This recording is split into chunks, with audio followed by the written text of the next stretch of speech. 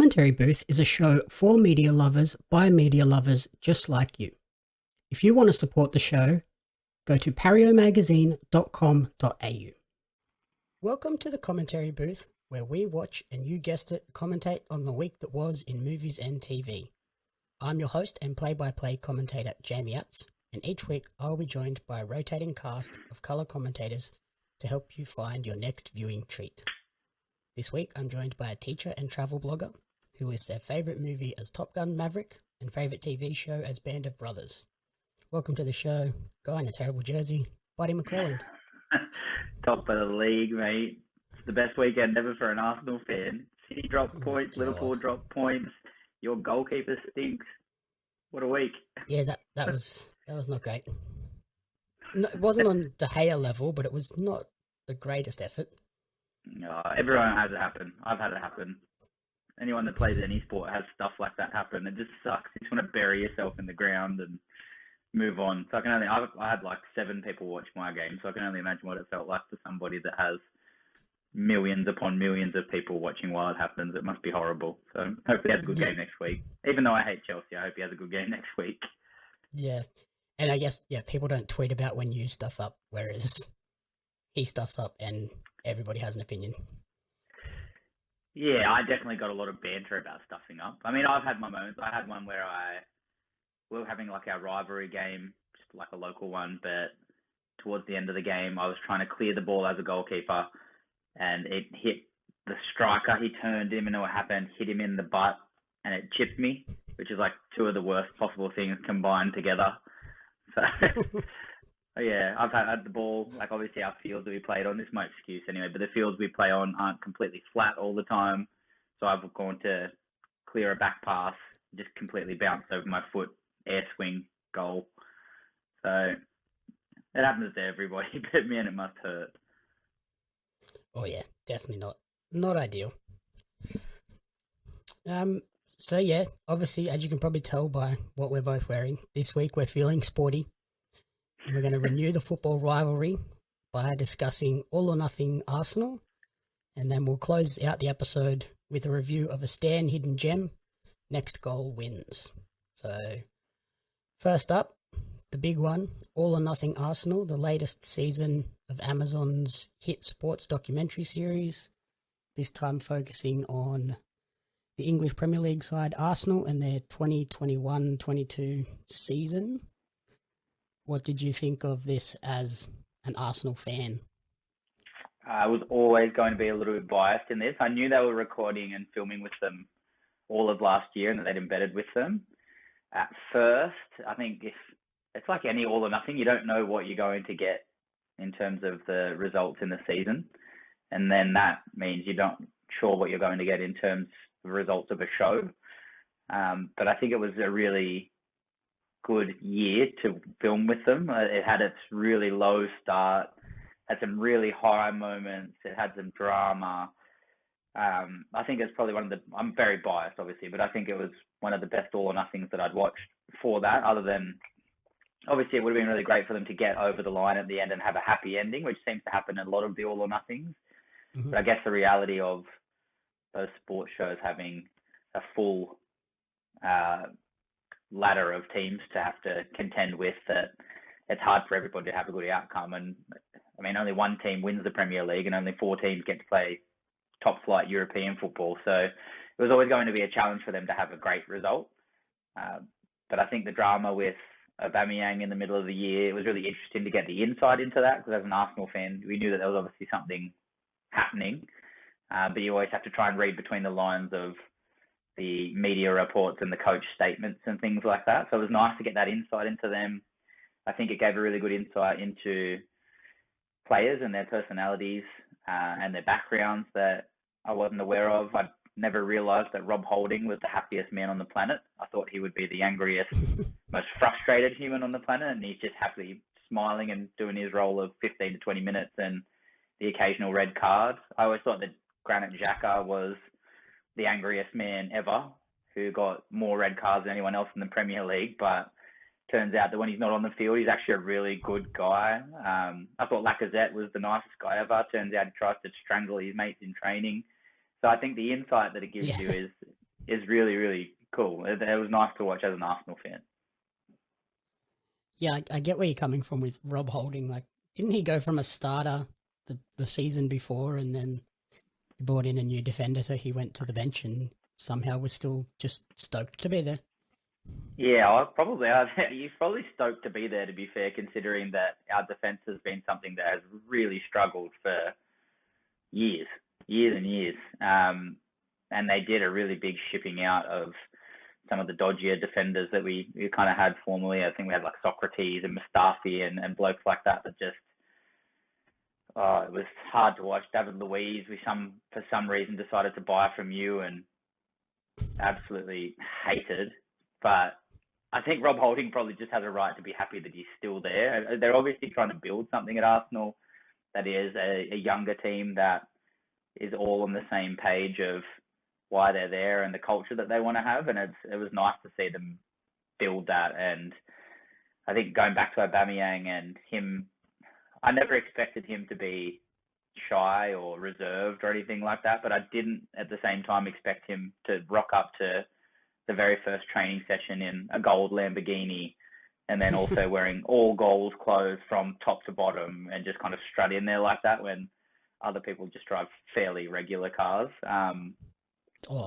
Yeah, fairly regular cars, like $80,000 SUVs. Yeah, I mean, G-Wagon compared to pure gold Lamborghini. Gold Lambo. There's still a jump there. Yeah, I mean, they can all buy them, I guess. Well, the amount of money that they're on is just absolutely ridiculous. Like, we've said it before, I think it's crazy when you consider, and especially with the contrast of, obviously, next goal wins and the people we'll talk about next, but it's almost like millionaires playing millionaires. It is millionaires playing millionaires. Sometimes I just like to imagine them playing in top hats and monocles like the Monopoly Man. Like, it's crazy the amount of money that they earn to play a sport. Yeah, like hundreds of thousands of dollars a week. Like, insane. And then half the time you see them and they're kind of, yes, they're training 2 or 3 times a day, but there's also a bunch of the day where they're just in the cafeteria hanging out or chilling out in the locker room stuff. It's like, okay. Yeah, it looks like they have a really good connection. Like, they're fun to be around. Like, they just seem like good young guys. Obviously this year, and that's the other good thing about the All or Nothing shows, is that formerly when we've had All or Nothings, I think when it first let out with, it was the Arizona Cardinals, probably the first NFL one that they had, and then they did the Rams and all those sorts of teams. It really helps you connect to those teams. And I think for me as an Arsenal fan, it's really reinvested me and my wife, who has her own Arsenal jersey and stuff, but kind of comes and goes, a bit of a fair weather fan, but we've definitely reinvested in Arsenal this season. And it's really nice to be able to see them getting those results. And then once you get to see those players' backgrounds, it's like building the character and you get to see them on the field again. It's just made it all the more better for them to be top of the league in the first 3 games now. Mm-hmm.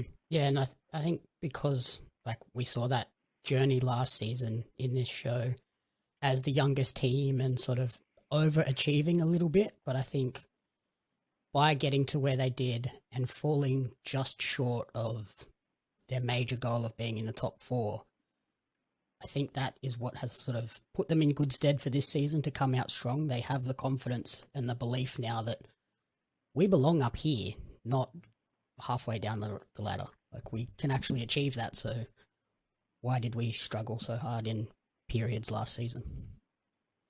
Yeah, I think you're right. The falling just short. I think if they had have got into the top 4 last season, as good as it would have been, they would have been surprised that they got there. But I think if they make it there this season, it will have been through a little bit of the heartbreak, the hard work, the good signings, and everyone getting onto that culture of this is where we want to be and this is how we follow up. I think even it was interesting, like back onto Rob Holding, to see that after he basically had his man of the match performance, scored his first ever Premier League goal in 6 years of Premier League football, that he didn't even have a beer afterwards. Like, he was just that focused to go again and keep going. And I love that. Like, it's probably not something that I would do personally. If I scored a goal in the Premier League, you'd never hear the end of it. But for him to be able to do that, and then, oh, did you go and have a beer afterwards? No. And everyone's like, oh, okay, well, sweet. We're going to get back on the wagon and go again for the next game. So I think I'm very, very hopeful for this season. It was really interesting to see Mikel Arteta's coaching. And another thing that was cool was to sort of be able to compare them from the Mikel Arteta and Pep Guardiola, from the all-or-nothing Man City to the all-or-nothing Arsenal, just to see how much of an impact Guardiola has had on Arteta and the way that he speaks. And I was almost waiting for him. I don't remember the part of Guardiola saying, no bad faces, guys, no bad faces. And I was just waiting for him to pull that one out. But yeah, just seeing him, and he's like a motivational speaker. Like he's holding out light bulbs and drawing graphs and running around high-fiving everybody and getting the photographer in. Like every time he has a game, he finds a new way to be this like Tony Robbins motivational speaker, which I just loved. Yeah, that was one thing that stood out to me watching his speeches, and it made me realize it's not like the same speech every week. Like, let's go out, give 100%, let's perform for the fans. Like each week he came up with something creative, and I was just like, that's a full-time job in itself to come up with a 5-minute, really creative, motivational speech every week that is slightly different and builds on obviously whatever we've been training on during the week. And the light bulb one got me. That made me laugh so hard. He pulls out a light bulb, and then all of a sudden he's got a power cable, and he just like, see, this is what we can do when we all combine together. I was like, okay. And then he just like tosses it aside. I'm like, oh, please don't break. I think they lost after that one, though. Yeah. But it's interesting to see him go through those each week. It's exciting. Yeah. And watching him coach as well, I was just like, I feel so bad for your voice box. There are games there where his voice is totally shot by the end of it, and he comes in to do the post-match and can barely talk. And like, oh God, I feel so bad for you. Yeah, I mean, and just the pressure that they put him under. And I think, obviously, he's always going to be a big part of the show because he's a big part of the club. But being able to watch him go through the hard part at the start, it was actually really nice. I don't know if you noticed, but there's a guy in probably the first episode, I think, where everyone's saying Arteta out, and trying to get rid of him. And one guy kind of steps in and goes, no, I think we should give him a chance. And then in like the final episode where they're saying about, oh, we didn't quite make the Champions League and this and that, the same guy comes back on and is talking about how much he still loves him. So it's crazy the amount of pressure that they go through and the different opinions that people have and just how much they want to tear people down so quickly. And I think between and how quickly that opinion swings too. Yeah, and they're singing to him, saying we've got Super Mick Arteta. But to see his support network, he's got a really cool family behind him, and his kids that he obviously really loves, and how much they can isolate and, I guess, insulate themselves from being torn down by those things, and that they still have their home bubble and their work bubble. I thought watching the signing of Aaron Ramsdale was a good part of that as well, being able to see the inside of that, because me personally, I was quite happy with Leno, the goalkeeper that we had before. Mm-hmm. And to sign Aaron Ramsdale, I was one of those people that thought, oh man, what are we doing? It's going to be a waste of money. And then to see him just completely ignore that and step up to the plate, and just watching that one save that he made where it was he tipped it left-handed onto the bar and gets back up and saves the 1v1 straight after, it was definitely the save of the season. And to see him step into that role and prove people wrong and just say, look, I don't even care. Like, the only people that matter are my family. And then to see his family there trying to hold back tears when he finally got to start was a really nice touch too. It was quite cool. Yeah, I can't imagine his dad went to too many games though after that. He looked ready to have a heart attack. Yeah, didn't he say they've only ever missed maybe like 2 games in his career, so maybe he's just strengthened his heart over the years. Yeah. In terms of Ramsdale, like when he was first introduced, I thought he came off as a little bit of a knob, but over the season he grew on me. I was like, okay, he's not as bad as he came off in that first appearance. Yeah, I mean, go ahead. I think you've got to be crazy to be a goalkeeper. That's something that people have always said, and I think goalkeepers take pride in, because you do have to be a bit mental to be willing to take that much responsibility and potential impact on, which can be positive or negative. So, yeah, I think it's always going to be a bit that way, that they're going to have strong personalities in one way or another. The bit that got to me with him was really the part where he came into the change rooms and ripped into people. That's not something that I was ever about, and something that I think is positive. I thought Jacka was like that too, so I do agree that there's a bit of him, being a bit of a jerk in there at times. But I mean, yeah, there's a fine line. I guess Arteta's always talking about the passion. When you do what you love, you have passion. So you've got people that are that wound up, that tight. So there's always going to come out in one way or another. Yep. And then as the season of All or Nothing began, we were going into the season. As an Arsenal fan, how were you feeling about the club, particularly after spending £156 million on players? At the start of last season or this season? Yeah, at the start of last season. Not good, because it just seemed like we didn't have much of a method to our madness in who we were signing. And especially I was on that same page of we were losing people like Aubameyang through the year, and we didn't seem to have the people. Like, I was always nervous about Eddie Nketiah, but then again, that showed you the inside to him, that he pulled it out as well. So yeah, I was nervous. I felt like we were wasting a lot of money on people that weren't quite getting us across the line. But in saying that, I guess Gaspar must have had a plan behind all of that, because here we are a little bit further on. We've made a few better signings. We've tightened up our defense. We've got Jesus just absolutely killing people. I think there's method to the madness. I was very nervous about how much they spent and where we were heading, but I think Eddie Gaspar just seems to have a plan that hopefully keeps coming to fruition. I'm really trying hard right now to not get ahead of myself. Yep. Did it kind of feel like they were like buying depth rather than game-changing players, yet they were still spending exorbitant amounts of money? Yeah, they were definitely spending exorbitant amounts of money. I thought it was really funny, actually. It was at Ben White. He was talking about how a little kid just ran up to him in the street and just said, "They're spending this much on you. What the hell?" But yeah, I think people are pretty conscious of it. But yeah, but if we have that depth now, it's a good thing. Like, I'm happy with it at the moment. And then we mentioned that the big sort of talking point from this season was the Aubameyang controversy and eventually him leaving. How did you feel about that situation as it was happening, and then how it was portrayed in the show? Well, he's one of our top goal scorers. Like, he's always going to have a history of how successful he was at the club while he was there. But I think he's just one of those people that kind of got caught up in his own story. And at the time, I was nervous about who would replace him, that we didn't have that depth. And if we did get rid of him, how are we going to score goals? And at those times, I think it was really concerning that we were kind of on the verge of a good or a bad season. If we don't play him, then who's going to score goals? So it never seemed like Lacazette was scoring that much.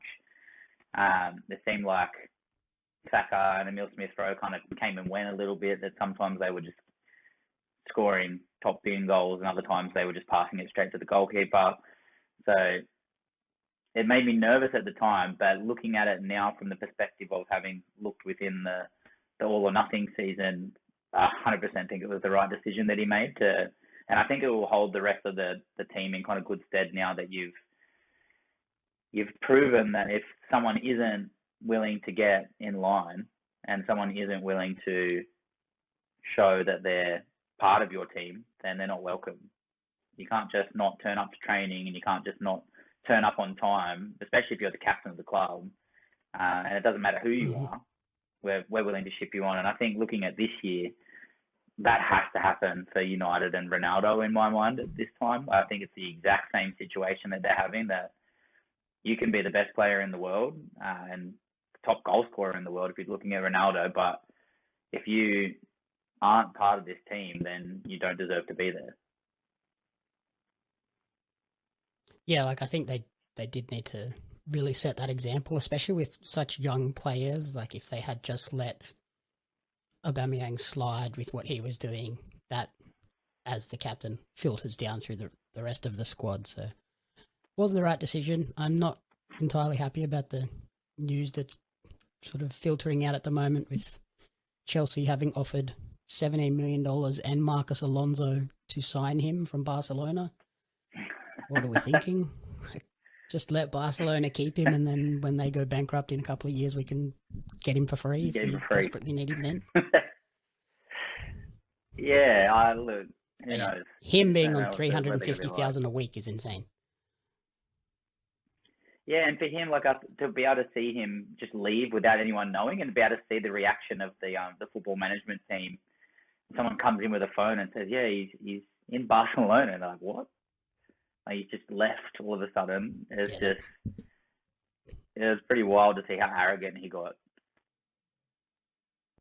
And just so unprofessional too. Like they've given you permission to go and see family. Don't go behind their back and try and sign for another club. This is terrible. Yeah, it's heartbreaking sometimes. I think that you wonder. It makes you wonder, like we said at the start, if the money wasn't so high, and if it was all for the game. And you see some of the players that are like that, like Gabriel Martinelli. I think it was a really cool section of him where he said he doesn't even consider the money. He lets his family manage the money, and he's just happy to play football. And it makes you wonder if it was all like that, if they just gave them enough to survive off of and not become multi-millionaires, that I don't think you would see that dark side of people come out so much, which is kind of upsetting, but it's the reality of professional sport now. A couple of other things that really stood out in this season were the fact that the Russian and Ukrainian invasion popped up at the start of the season. I was like, oh wow, I like totally forgot that was like it would have fallen in this time period. I was like, okay, that happened again. Yeah, it was also weird to see the Ukrainian too. Oh yeah, and it was also weird to see like some of the London derbies where the crowd was just immense, and I was like, you would not realize COVID was a thing ever. Yeah, so then something's more important than COVID. Yeah, I guess if you're in London. And then the other major thing that stood out was Saka's moment with the little kid Teddy at the Emirates. I thought that was like such a special moment to be given access to, and to something that kid is never going to forget. Yeah, super cute, and it was nice to see. Even before, actually, it was. Again, it's one of those things that you got to remember that it's not just a drama show; it's real people's real lives. And I think having Saka take that penalty to start for England was just a terrible decision to put that on a 19-year-old. But then fallout afterwards of him being racially abused for not kicking a ball in the right spot and having death threats and all the rest of it, mate. I think Arsenal as a club really did quite well in supporting him. That was obviously something that they would do for anyone, and it sucks that they had to do it. But I think when be able to see it from his perspective a little bit, other than just originally I'd seen it from the Arsenal media perspective, but they managed it really well, and they put all the letters up for him on the wall and all the rest of it, and kind of let him take his time, and even just letting him take a penalty again mid-season and kind of get rid of the bad energy from, I guess, his head of taking penalties. I think they managed it really, really well, and even being able to make a joke about it with Arteta at the start that everyone applauds him in every stadium now, and he always gets a round of applause when he comes on the field just because he is who he is. But yeah, Teddy at the end, I think was a really nice touch to be able to see him be able to give back to that. A little kid giving him his pocket money and saying it's not nice to bully people, and just that complete innocence in the way that he saw it. You just wish that other people could see it that way. And I said to Anne when we were watching it, like, I can't imagine if you were that person that was just so intensely angry that obviously it hurts when football teams lose and sports teams lose or whatever, but to go across the line and threaten somebody, especially racially, or threaten anybody at all, I just can't imagine how they must look at themselves now that you'd like to think they've calmed down after a year and a half. And if they still sit there and think, oh man, I'm so angry, or if they've kind of just, they consider themselves the dickhead that they actually are. But yeah, to see the opposite end of that spectrum, you would hope so, yeah, but to see the opposite end of that spectrum and see little Teddy get to go out in the field and have an ice cream with him and all the rest of it, I think was an incredible moment for both of them. Yeah, that moment when Saka walks in and goes, hey Teddy, do you want an ice cream? And Teddy just looks at him like, what is happening? Yeah, it's unreal. And then, like you said, this is like a documentary series that's not drama. It was the only sports documentary filmed during the COVID period, apparently. Arsenal were apparently paid $11 million as part of their involvement, so I can not bad bit of change for them. And what did you think of the narrator, Daniel Kaluuya, a lifelong Arsenal fan, famous for his roles in Get Out, Black Panther, and most recently Nope? I didn't even realise that was him. Wow. Yeah, I liked the involvement of all those high-profile Arsenal fans through the show. I think he was fine. I had no problems with him. I was just too engrossed in the show to realise, even, to be honest with you. But yeah, they did a good job of pulling some interesting celebrity cameos in there. I think with like KSI and people like that, it was interesting just to see who was an Arsenal fan. But yeah, loved it. Yeah, no problem true with it whatsoever. Yeah, so really good season. Definitely. I wonder if they would ever do back-to-back seasons with a team just to see like the progress they've made. But I guess with Amazon being such a big global company, I kind of see why they chop and change and move around in different sports and different locations all the time. Yeah, it almost makes me sad. It's like as if you found, like we said, it's not a drama, it's a documentary, but it just has drama in it. But it's when it feels as though you've got, for me as an Arsenal fan, if Chelsea make one, I'm sure for all the other fans of other sports franchises, that if you watch it, it's like your favourite show. And then it's like having Amazon tell you they're just not renewing it for another season. And you're like, why? It was so good. Like, keep it going forever. But in the end, they're a sports team and they're a company that is trying to do right by themselves. So I can't imagine having cameras on you all the time and doing the extra interviews makes life any easier. I think some places, I think it doesn't do people favors, that they kind of come out looking worse. I think maybe the Jose Mourinho and people like that come out looking quite intense.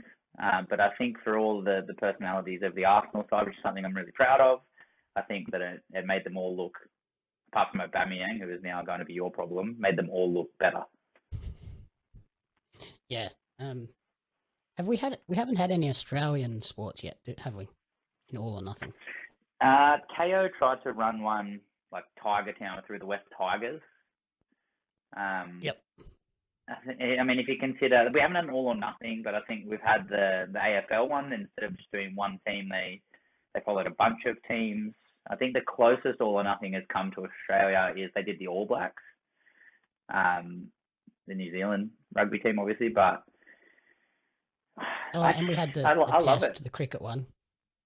The test, yeah.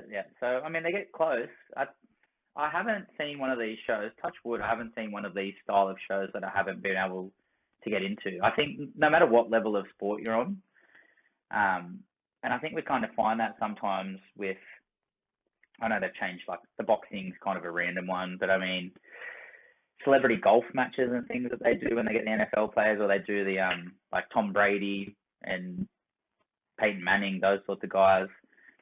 I personally, unless you're someone that follows the sport intensely and you really appreciate the technique of it, I don't think it really matters who you follow. And sometimes it's almost more exciting to follow the better personality than the better technique. So, yeah, I think there's going to be drama in any level of sport, from grassroots football like I said, I kicked it into a guy's butt and got chipped at a local rivalry, and that would have been great banter to watch on a show, I'm sure. But all the way up to the very, very top. Yeah, yeah, put the Benny Hill theme behind it. It would have went perfect. But I think no matter what level of sport you play, there's always a drama to it, and there's always something interesting to get behind. And I think that's why people like to play as well. Yep. Yeah, so hopefully at some point we get an Australian one. And I don't think they've announced the next season yet either. So another interesting thing to look out for. And so on to topic 2, which was one that you suggested, kind of in a similar vein, a documentary movie this time, directed by Mike Brett and Steve Jamison, chronicling the national football team of American Samoa. How did you come across this movie, and what is it about for people that are listening? So super random way to come across it, but I've gone down a bit of a rabbit hole where I listened to a podcast with a man named Ben Crow. And Ben Crow is Ash Barty's mindset coach. So when Ash Barty was previously not having a great time playing tennis and was taking things a bit too seriously and having a rough go of things, she kind of came across Ben Crow. He's also worked with the Richmond Football Club before they won their premiership. Ash Barty then went on to win Wimbledon. Steph Gilmore, Dylan Alcott, a few other people. But basically Ben Crow was a guy that he used to work for Nike and was all about telling stories to people, and he kind of adapted that approach to people. And his whole thing is basically that we are the stories that we tell ourselves, and then if we can change that story, then we can lead our own path. And the way he kind of puts it is embrace your weird, just be you, and the more that you're you, the more successful you will be. Basically, he has an app that podcast got me onto that has its own reading list, and it had Next Goal Wins as a part of that.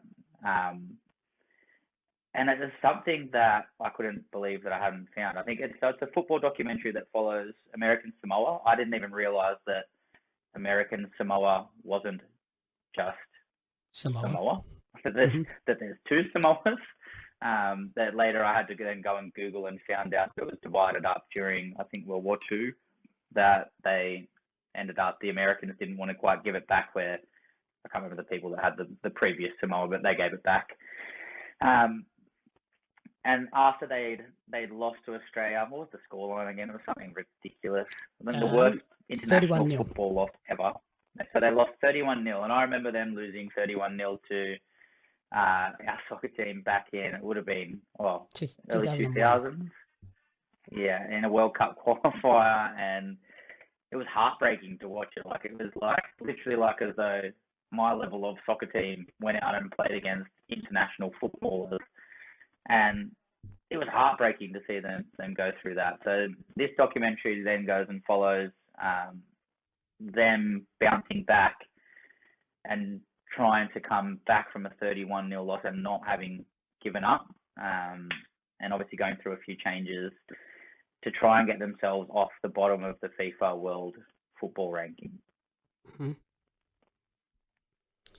Yeah, like when you recommended, I was like, oh, what is this? And I initially thought it was a movie. It's not yet. It's about to be. They're making a movie about this story.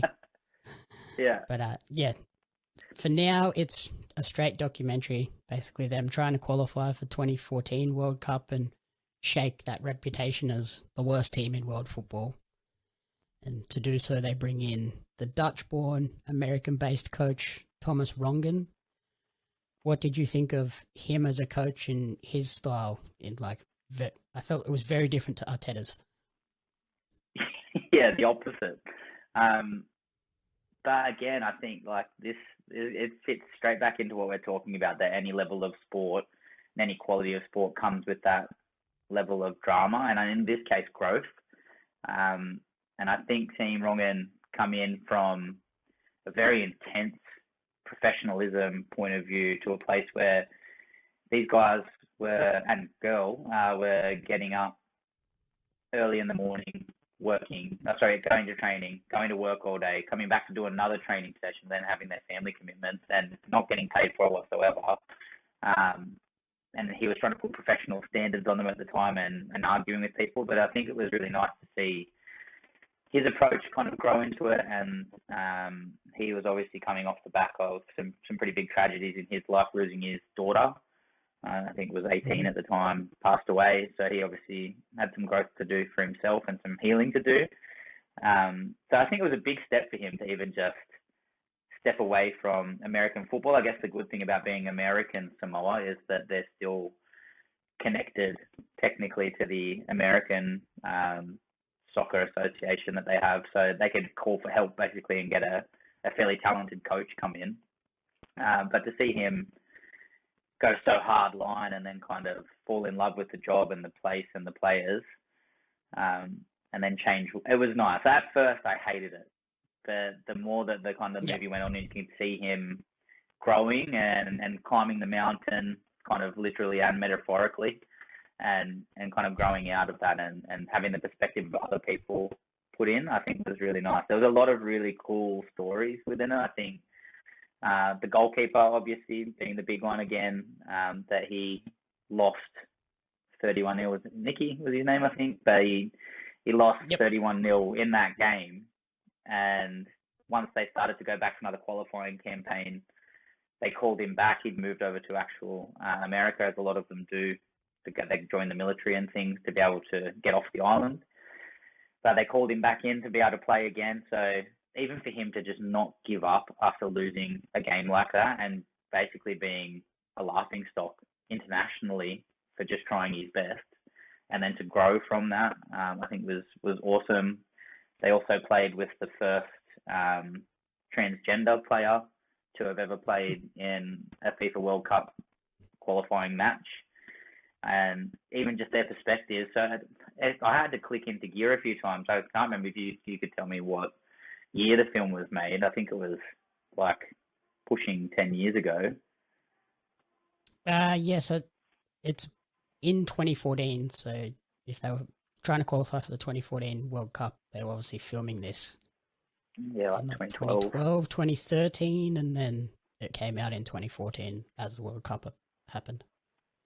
Yeah, and I mean, even like I had to catch myself a few times in the context of this transgender player who I think was getting kind of called like I can't remember the correct term for it, but dead naming and whatever it is, where the previous coach refused to acknowledge that they were transgender and they were calling them by their previous male name. But then the American Samoan culture was totally okay with it, and just like 10 years, literally 10 years ahead of their time into what now we're only just starting to socially accept in our sort of part of the world. I think there was just so much, and to be able to watch her step into a starting role and then become player of the match and things like that, it was such a feel-good documentary. And as a football fan, it's something that I'm really sad that it hasn't got as much attention as it should have. That, like we said earlier, the Aubameyangs of the world that drive gold Lamborghinis and act like dickheads end up getting all the attention. Whereas these people that don't get paid anything, that just want to score the first goal for their country and get their country off the bottom level, and that the money isn't even a thing. They just do it for the love, and to see them be able to do that and have some success, I think was just super uplifting. So it was, an absolute hidden gem for me. I can't believe that it's just been sitting there on stand for that whole time, and it took Ben Crow for me to even know it existed. Like you, I thought it was a really endearing tale, like of an underdog story of this group of players just working super hard, and they finally see some success. Like they don't go out and become world beaters in a day. Like they work super hard and they finally scrape a win and then a draw, and then they still lose to their nearest rival. But to them, that was the greatest thing ever. Like they played their 3 games and they didn't get thrashed in all 3, so they were stoked. Yeah, even just seeing them score that first goal, like it just felt like it didn't want to go across the line. And I think, look, I would love to see how they would go now. Again, I want season 2. Like, I just want to see how they're going now and where they're heading, and they deserve everything that they get.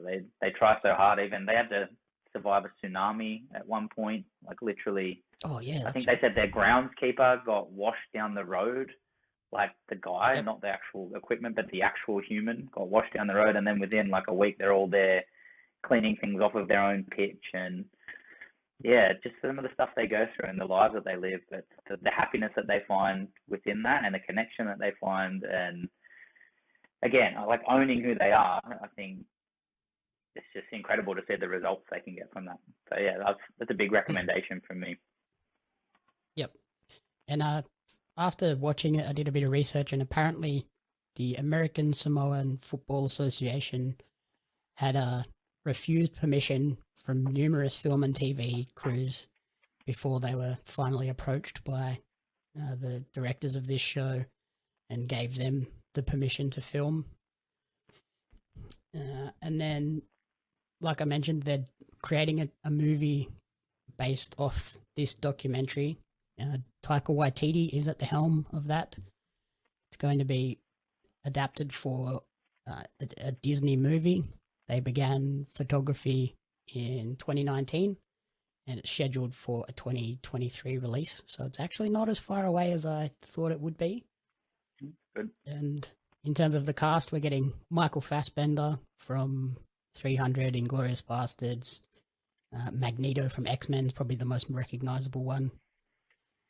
He's set to star as Thomas Rongan, so I think that's a really good choice there. And they've also got Rhys Darby, Elizabeth Moss, Will Arnett, and Angus Sampson involved in this movie. So 2023, we'll be back reviewing Next Goal Wins, the film.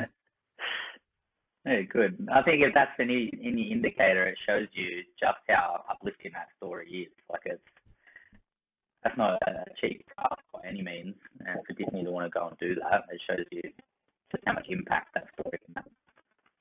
Yeah, and like Disney don't just make movies for the sake of making movies. They make movies to make money, and they obviously have faith that the story in this is strong enough that it's going to get people involved and want to come check out this movie. I'll be interested to see if it goes I love that. cinema or Disney Plus. Yeah, look, in the end, I reckon it will more likely to go Disney Plus, but Disney Plus is still Disney Plus. Like, it's not. It seems like a lot of things are doing that nowadays, and that's where a lot of the exposure for most things is now. Anyway, sadly enough, it's quite rare to go to the movies now. I think unless it's, for me, it was like Top Gun 2 was the only thing that made me want to go. So yeah, I wouldn't be against it. I just love hearing that, and I love hearing that the people that are behind the story, not just Thomas Rongan, but the American Samoans, getting their story told again, just on a bigger level. And I just think that's so cool that they're being recognised. Yeah, I hope this movie comes out, and as they like start to get closer and closer to qualifying for the World Cup, that'd be so heartening to see them finally achieve something like that and getting into a major tournament. I just want to see them beat Samoa, regular Samoa, which I still can't believe there's two Samoas. Yeah, I knew there was two Samoas, but it still weirds me out every time that there's two islands that are essentially the same thing with essentially the same name. Yeah, so that's our 2 reviews for this week.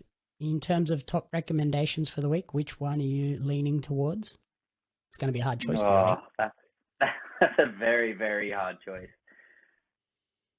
Look, I am a lifelong Arsenal fan, so I can't go past All or Nothing as like, if you're a top-end football fan, All or Nothing is always good.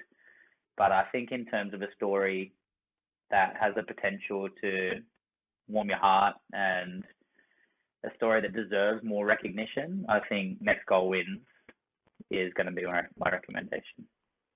Yep, I went with Next Goal Wins as well. Like, All or Nothing is amazing, but I think we all expected that to be great with the backing and the support that had. But Next Goal Wins is that pure hidden gem that just has the power to motivate you and inspire you to go and do better in your own life, whether it's playing your weekend sport or just pushing really hard at work or whatever it is that you're pursuing. Next Goal Wins is a great inspiration. Alrighty, that's everything for the week. Thank you everyone for listening to the commentary booth. If you enjoyed the show, please remember to rate, review, and subscribe on podcast services and on YouTube. You can follow me on social media at JamieAppsMedia and at Pario Magazine. And you can follow Buddy on Instagram at a.b_CSEE. Thanks for jumping on, Buddy. Thank you. The Commentary Booth is a fan-funded production of Jamie Apps Media. You can support the podcast alongside our magazine, Pario Magazine, on Patreon at patreon.com/JamieAppsMedia. The following people supported at the community support group level or higher, and you cannot fathom how incredibly appreciative we are for their support. Brian and June Hart, Blake Robinson, Karina Renee, Courtney Paulson, Darren Hatcliffe, Jackson Carr, and Tracy Apps.